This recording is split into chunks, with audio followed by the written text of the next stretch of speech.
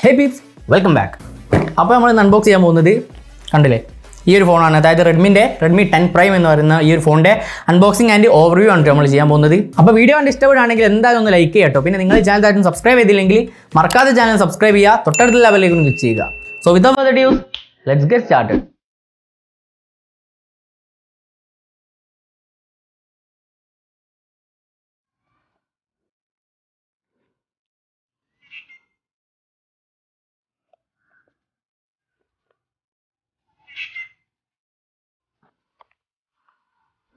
ഇതിൽ സിം ഇജക്ടറും പിന്നെ കേസുമാണ് നമുക്ക് കാണാൻ സാധിക്കുക. പിന്നെ ഒബ്വിയസ്ലി നമ്മളെ ഫോൺ തന്നെ ഇവിടെ ഉണ്ട്, കാണാൻ സാധിക്കും. പിന്നെ 22.5 വാട്ട്സിൻ്റെ ഒരു ഫാസ്റ്റ് ചാർജ് നമുക്ക് ലഭിക്കുന്നുണ്ട്. പിന്നെ ടൈപ്പ് സി കേബിളാണ് നമുക്ക് ലഭിക്കുന്നത്. ഇത്രയും കാര്യങ്ങളാണ് നമുക്ക് ബോക്സിൻ്റെ ഉള്ളിൽ ലഭിക്കുക.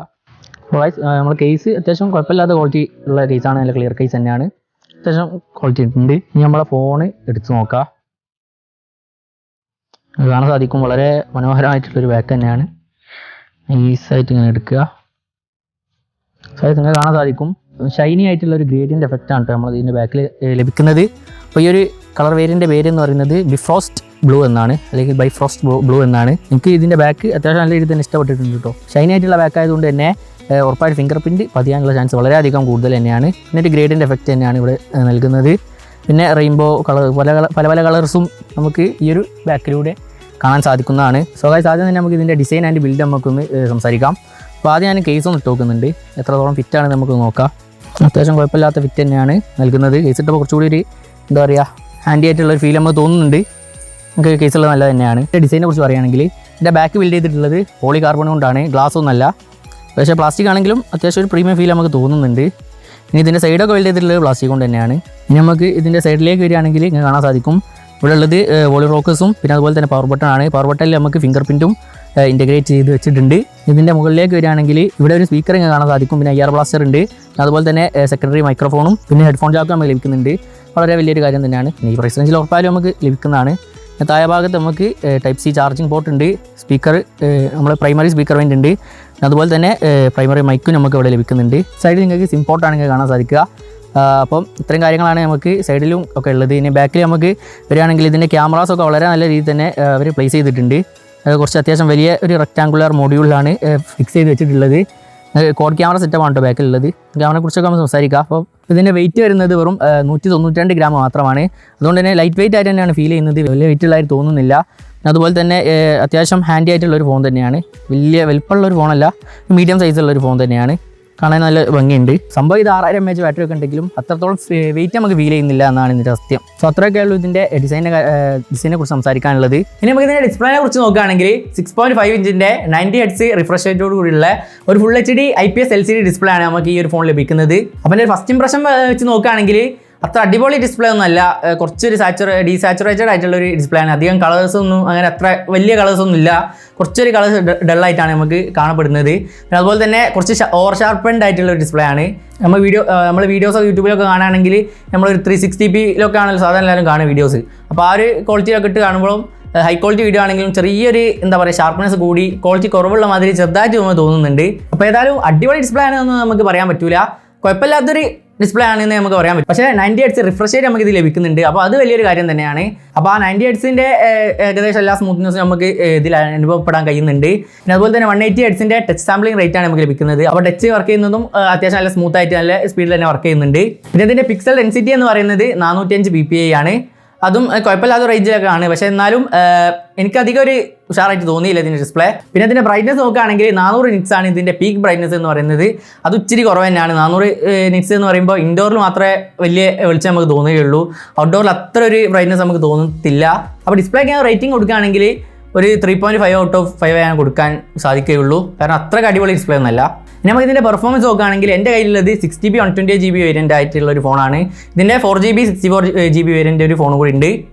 പിന്നെ അതുപോലെ തന്നെ ഇതിൽ നമുക്ക് റാം എക്സ്പാൻഡ് ചെയ്യാനും കഴിയുന്നതാണ്. അതായത് 6GB വേരിയൻറ്റിനൊക്കെ നമുക്കൊരു 2GB റാമും കൂടി എക്സ്പാൻഡ് ചെയ്യാവുന്നതാണ്. അതായത് എന്താ വെച്ചിട്ടുണ്ടെങ്കിൽ നമ്മളെ ഇൻറ്റേർണൽ സ്റ്റോറേജിലുള്ള ഒരു 2GB എടുത്തിട്ട് അത് ഒരു റാമായിട്ട് വിർച്വലൈസ് ചെയ്തിട്ടുള്ള സംഭവമാണ്. അത് നമുക്ക് ഇതിൽ സാധിക്കുന്നുണ്ട്. അപ്പോൾ ഒരു 8GB റാമിനോട് സാമ്യമുള്ള രീതിയിൽ നമുക്ക് ഇതിൽ ലഭിക്കുന്നുണ്ട്. ഇനി നമുക്ക് ഇതിൻ്റെ പ്രൊസസ്സർ നോക്കുകയാണെങ്കിൽ MediaTek Helio G88 എന്ന് പറയുന്ന ഒരു പുതിയ ചിപ്സെറ്റാണ് നമുക്ക് ഇത് ലഭിക്കുന്നത്. പക്ഷേ ഒരു പുതിയ ചിപ്സെറ്റ് ആണെങ്കിലും നമ്മളെ Helio G85 ഉണ്ടല്ലോ, അതിൻ്റെ ഏകദേശം ആ ഒരു പെർഫോമൻസ് തന്നെ നമുക്ക് ഇതിൽ ലഭിക്കുന്നുള്ളൂ. ചെറിയൊരു പെർഫോമൻസ് ചിലപ്പം ഒരു കൂടുതൽ ഉണ്ടാകും മതി, എങ്കിലും ഏകദേശം സെയിം പെർഫോമൻസ് തന്നെയാണ്. G85ൻ്റെ അതേ പെർഫോമൻസ് തന്നെയാണ് നമുക്ക് G88 നമുക്ക് ഏകദേശം ലഭിക്കുന്നത്. ഏതായാലും കുഴപ്പമില്ലാത്തൊരു പ്രൊസസ്സർ തന്നെയാണ്, എങ്കിലും കുറച്ചുകൂടി നല്ലൊരു പ്രൊസസ്സർ കൊടുക്കാമായിരുന്നു എന്ന് തോന്നുന്നുണ്ട് ഈ ഒരു പ്രൈസ് റേഞ്ച് വെച്ച് നോക്കുമ്പോൾ. അപ്പോൾ ഈ ഒരു പ്രൊസസ്സർ നമുക്ക് ഡേ ടു ഡേ ലൈഫിലൊക്കെ അത്യാവശ്യം നല്ല രീതിയിൽ തന്നെ പെർഫോം ചെയ്യുന്നുണ്ട്. വലിയൊരു കുഴപ്പം നമുക്ക് തോന്നിയില്ല. പക്ഷേ നമ്മൾ ഗെയിം കളിക്കുകയാണെങ്കിൽ ഗെയിമും കളിക്കാനൊക്കെ പറ്റും. പക്ഷേ മറ്റേ പ്രോ ഗെയിമേഴ്സ് ഒന്നും ആണെങ്കിൽ ഈ ഫോൺ വാങ്ങേണ്ട ആവശ്യമില്ല. കാരണം അത്ര ഒരു പ്രോ ലെവൽ ഗെയിമിംഗ് നമുക്കിതിൽ സാധിക്കില്ല. ചെറിയ സ്റ്റിക്കും കാര്യങ്ങളൊക്കെ ചിലപ്പോൾ നമുക്ക് അനുഭവപ്പെട്ടേക്കാം. പക്ഷേ മീഡിയം രീതിയിൽ നമുക്ക് ഗെയിം കളിക്കാനാണ്, ഇടയ്ക്കിടയ്ക്ക് മാത്രം ഗെയിം കളിക്കാനാണെങ്കിൽ ഓക്കെയാണ് ഈ ഒരു ഫോൺ. ഇനിയിപ്പോൾ നമ്മൾ ഇതിൻ്റെ ക്യാമറ നോക്കുകയാണെങ്കിൽ ഇതിലൊരു കോഡ് ക്യാമറ സെറ്റപ്പാണ് നമുക്ക് ലഭിക്കുന്നത്. അതായത് 50 മെഗാപിക്സലിൻ്റെ ഒരു മെയിൻ ക്യാമറയും 8 മെഗാപിക്സലിൻ്റെ ഒരു അൾട്രാ വൈഡ് ക്യാമറ, പിന്നെ 2 മെഗാപിക്സലിൻ്റെ ഡെപ്ത്, 2 മെഗാപിക്സലിൻ്റെ മാക്രോ ക്യാമറയാണ് നമുക്ക് ഇത് ലഭിക്കുന്നത്. അപ്പോൾ എൻ്റെ ഒരു ഫസ്റ്റ് ഇംപ്രഷൻ എന്നുള്ള ഞാൻ പറയുകയാണെങ്കിൽ ഒരു കുഴപ്പമില്ലാത്ത ഡീസൻറ്റ് ക്യാമറ എന്നേ നമുക്ക് പറയാൻ പറ്റുകയുള്ളൂ. ആ ഒരു 50 മെഗാപിക്സലിൻ്റെ അത്ര ഒരു ക്വാളിറ്റി ഉണ്ടോ എന്ന് വെച്ചാൽ അത്ര ക്വാളിറ്റി ഒന്നുമില്ല, എങ്കിലും കുഴപ്പമില്ലാത്ത രീതിയിലുള്ള ക്വാളിറ്റി നമുക്ക് ലഭിക്കുന്നുണ്ട്. നമ്മളിപ്പോൾ ഈ ഫോണിൽ ഫോട്ടോ എടുക്കുകയാണെങ്കിൽ ഫോട്ടോ എടുക്കാൻ നമ്മൾ സ്ക്രീൻ കൂടി കാണുമല്ലോ, അപ്പോൾ ചിലപ്പോൾ നമുക്ക് വലിയ ക്വാളിറ്റി ഇല്ലാന്ന് തോന്നും. പക്ഷേ എടുത്ത് കഴിഞ്ഞിട്ട് അതിൻ്റെ പ്രോസസ്സിങ്ങിന് ശേഷം അത്യാവശ്യം നല്ലൊരു ഫോട്ടോ തന്നെയാണ് നമുക്ക് ലഭിക്കുന്നത്. കുറച്ചുകൂടി കളറൊക്കെ ഒന്ന് സാച്ചുറേറ്റ് ചെയ്ത്, പക്ഷേ വലിയ സാച്ചുറേഷൻ ഒന്നും ഇല്ല കേട്ടോ. പിന്നെ കുറച്ചുകൂടി HDR ഒക്കെ എൻഹാൻസ് ചെയ്ത് കുറച്ച് നല്ലൊരു രീതിയിലുള്ള ക്വാളിറ്റി ഫോട്ടോ തന്നെയാണ് നമുക്ക് ലഭിക്കുന്നത്. അപ്പോൾ മെയിൻ ക്യാമറ എനിക്ക് വലിയ തെറ്റൊന്നും പറയാനില്ല, അത്യാവശ്യം നല്ല രീതിയിൽ തന്നെ പെർഫോം ചെയ്യുന്നുണ്ട്. പക്ഷേ ക്യാമറ ഫോൺ ഒന്നും പറയാൻ പറ്റില്ല, സാധാരണ ഡീസൻ്റ് ആയിട്ടുള്ള ഒരു ക്യാമറ തന്നെയാണ് നമുക്ക് ലഭിക്കുന്നത്. അപ്പോൾ ഏതായാലും ഇതിൻ്റെ ഒരു ഡീറ്റെയിൽഡ് ക്യാമറ റിവ്യൂ നമ്മൾ ഇപ്പോൾ അടുത്ത് തന്നെ നമുക്ക് ചെയ്യുന്നതായിരിക്കും. അപ്പോൾ അതിന് വേണ്ടിയിട്ട് വെയിറ്റ് ചെയ്യുക. അപ്പോൾ അത് കാണണമെന്ന് ആഗ്രഹമുള്ളവർ പെട്ടെന്ന് തന്നെ ചാനൽ സബ്സ്ക്രൈബ് ചെയ്യാം കേട്ടോ. പിന്നെ തൊട്ടടുത്തുള്ള ബെൽ കൂടി ക്ലിക്ക് ചെയ്താലേ അതിൻ്റെ നോട്ടിഫിക്കേഷൻ ഫസ്റ്റ് നിങ്ങൾക്ക് എത്തുകയുള്ളൂ. പിന്നെ ഇതിൻ്റെ 8 മെഗാപിക്സൽ അൾട്രാ വൈഡ് ക്യാമറ നോക്കുകയാണെങ്കിലും ഡീസൻ്റ് ആയിട്ടുള്ള ഒരു ക്യാമറ തന്നെയാണ്, വലിയ മോശമൊന്നും നമ്മൾ പറയാൻ പറ്റുകയില്ല. എങ്കിലും മെയിൻ ക്യാമറ അത്ര ക്വാളിറ്റി ആയാലും നമുക്ക് ലഭിക്കില്ലല്ലോ, 8 മെഗാപിക്സലേ ഉള്ളല്ലോ.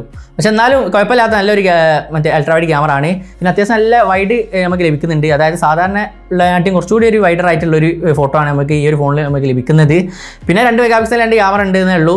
അപ്പോൾ മാക്രോ ക്യാമറയെ കുറിച്ച് അധികം പറയാത്ത തന്നെയാണ് നല്ലത്, കാരണം അത്ര അടിപൊളി ക്യാമറ ഒന്നല്ല. വളരെ എന്താ പറയുക, അതിലത്തെ ഒരു ഫോട്ടോ ഒക്കെ എടുത്തു കഴിഞ്ഞാൽ ഓവർ ഷാർപ്പൻ ചെയ്തിട്ട് പിന്നെ ഒരു കാർട്ടൂണിസ്റ്റിക് ആയിട്ടുള്ള ഒരു രീതിയിലൊക്കെയാണ് അതിലത്തെ ഫോട്ടോസ് വരുന്നത്, 2 മെഗാപിക്സലിൻ്റെ ക്യാമറ ഫോട്ടോസ് വരുന്നത്. പക്ഷേ ഡെപ്ത് സെൻസർ നല്ല രീതിയിൽ തന്നെ വർക്ക് ചെയ്യുന്നുണ്ട്, അതെന്തായാലും ഉള്ളത് നല്ല തന്നെയാണ്. പിന്നെ സെൽഫി ക്യാമറ നോക്കുകയാണെങ്കിൽ ഒരു 8 മെഗാപിക്സലിൻ്റെ സെൽഫി ക്യാമറ നമുക്ക് നൽകിയിട്ടുള്ളൂ. അത് കുറച്ചുകൂടി ഒന്ന് ഇമ്പ്രൂവ് ചെയ്യാവുന്നു എന്ന് തോന്നുന്നു, കാരണം ഒരു 13 മെഗാപിക്സൽ കൊടുത്തില്ലെങ്കിൽ കുറച്ചുകൂടി നന്നായനെ. പക്ഷേ 8 മെഗാപിക്സൽ ആണെങ്കിലും അത് പ്രോസസ്സ് ചെയ്ത് തരുമ്പോൾ കുറച്ചൊരു ക്വാളിറ്റി ഉള്ള എന്താ പറയുക, കാണാൻ രസമുള്ളൊരു ഫോട്ടോ ആയിട്ട് നമുക്ക് ഉപയോഗിക്കാൻ പറ്റിയൊരു ഫോട്ടോ ആയിട്ട് നമുക്ക് ലഭിക്കുന്നുണ്ട്. പിന്നെ വീഡിയോസ് നമുക്ക് ഫുൾ HDയിൽ മാത്രമേ റെക്കോർഡ് ചെയ്യാൻ കഴിയുള്ളൂ. ഒക്കെ നമുക്ക് ഏതായാലും ഡീറ്റെയിൽ ക്യാമറ റിവ്യൂവിൽ നമുക്ക് ഡീറ്റെയിൽ ആയിട്ട് തന്നെ നമുക്ക് നോക്കാം. ഇനി നമുക്ക് ഇതിൻ്റെ OSഉം ബാക്കിയുള്ള ഫീച്ചേഴ്സൊക്കെ നോക്കുകയാണെങ്കിൽ ഇത് ആൻഡ്രോയിഡ് 11 നമുക്ക് ഈ ഒരു ഫോൺ നമുക്ക് ലഭിക്കുന്നത്, ഔട്ട് ഓഫ് ദ ബോക്സ് നമുക്ക് ലഭിക്കുന്നത്. പിന്നെ അതുപോലെ തന്നെ MIUI 12.5 ആണ് നമുക്ക് ഔട്ട് ഓഫ് ദ ബോക്സ് MIൻ്റെ UI ആയിട്ട് നമുക്ക് ലഭിക്കുന്നതും. എനിക്ക് ഉപയോഗിച്ചിടത്തോളം കുഴപ്പമില്ലാത്തൊരു UI ആയിട്ട് തന്നെയാണ് തോന്നുന്നത്, കാരണം പണ്ടത്തെ പോലത്തെ ആ ഒരു ആഡൊന്നും നമുക്ക് ഇതിൽ കാണാൻ സാധിക്കുന്നില്ല. പിന്നെ ബ്ലോട്ട്വെയർസ് അത്യാവശ്യം ഉണ്ട്, പക്ഷേ നമുക്ക് അത് ഡിലീറ്റ് ചെയ്യാവുന്നതാണ്. ഏത് ബ്ലോട്ട്വെയർസ് ആയാലും നമുക്ക് ഡിലീറ്റ് ചെയ്യാവുന്നതാണ്, വലിയ കുഴപ്പമില്ല. പിന്നെ ഒരുപാട് കസ്റ്റമൈസേഷൻ നമുക്ക് ഈ ഒരു OSൽ നമുക്ക് ലഭിക്കുന്നുണ്ട്. പിന്നെ അതിൻ്റെ ബാറ്ററി നോക്കുകയാണെങ്കിൽ 6000 mAh വലിയൊരു ബാറ്ററി തന്നെയാണ് നമുക്ക് ഇത് ലഭിക്കുന്നത്, ഞാൻ നേരത്തെ പറഞ്ഞിരുന്നല്ലോ.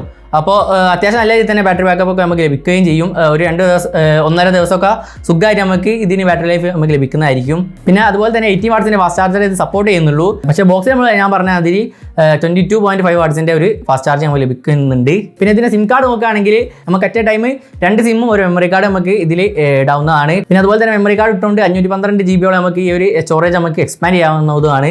അതൊക്കെ നല്ലൊരു ഫീച്ചർ തന്നെയാണ്, കുഴപ്പമില്ലാത്തതാണ്. പിന്നെ ഇതൊരു 5G ഫോണൊന്നല്ല, 4G ഫോണാണ്. അപ്പോൾ അവസാനമായിട്ട് ഇതിൻ്റെ പ്രൈസ് നോക്കുകയാണെങ്കിൽ 6GB 64GB വേരിയൻറ്റിൻ്റെ പ്രൈസ് എന്ന് പറയുന്നത് 12,499 രൂപയാണ്. പിന്നെ 6GB 120GB വേരിയൻറ്റിൻ്റെ പ്രൈസ് എന്ന് പറയുന്നത് 14,499 രൂപയാണ്. പക്ഷേ കുറച്ചൊരു ഓവർ പ്രൈസ് ആയിട്ടുള്ളൊരു ഡിവൈസ് ആണ് എന്ന് എനിക്ക് തോന്നിപ്പോയി.